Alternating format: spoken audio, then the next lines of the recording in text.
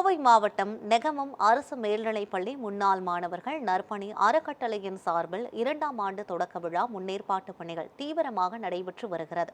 கோவை மாவட்டம் நெகமம் கிராமத்தில் செயல்பட்டு வரும் அரசு மேல்நிலைப்பள்ளியில் படித்த முன்னாள் மாணவர்கள் 920 பேர் இணைந்து நெகமம் அரசு மேல்நிலைப்பள்ளி முன்னாள் மாணவர்கள் நற்பணி அறக்கட்டளை என்ற அமைப்பை கடந்த 2025ஆம் ஆண்டு தொடங்கினர். அறக்கட்டளையின் 2ஆம் ஆண்டு விழா ராசகாபாளையத்தில் நடைபெறவுள்ள நிலையில் அதற்கான முன்னேற்பாடுகள் குறித்து முக்கிய நிர்வாகிகள் ஆலோசனை நடத்தினர். விழாவை முன்னிட்டு பள்ளியில் படித்து சாதனைகள் புரிந்த 50 நபர்களுக்கு பள்ளி அணிவிக்கும் வெற்றி பதக்கம் என்ற தலைப்பில் பதக்கங்கள் மற்றும் நற்சான்றிதழ்கள் வழங்குவதாக முடிவெடுக்கப்பட்டது. முன்னேற்பாடு நிகழ்வில் அறக்கட்டளையின் தலைவர் கோல்ட் சரவணகுமார், பொருளாளர் ஸ்ருதிகா சாரிஷ், ரமேஷ்குமார், சர்வதேச பளு தூக்கும் வீரரும் இந்திய ரயில்வே பவர் லிப்டிங் அணியின் தலைமை பயிற்சியாளருமான நாகராஜன், பெரு விவசாயி பாலசுந்தரம் மற்றும் இலக்கிய அணி செயலாளர் JK நாகராஜ் ஆகியோர் கலந்து கொண்டனர்.